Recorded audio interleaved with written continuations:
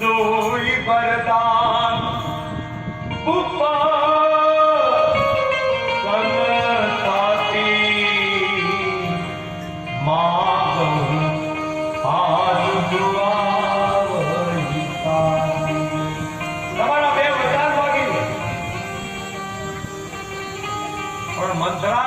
વતનમાં માગું છું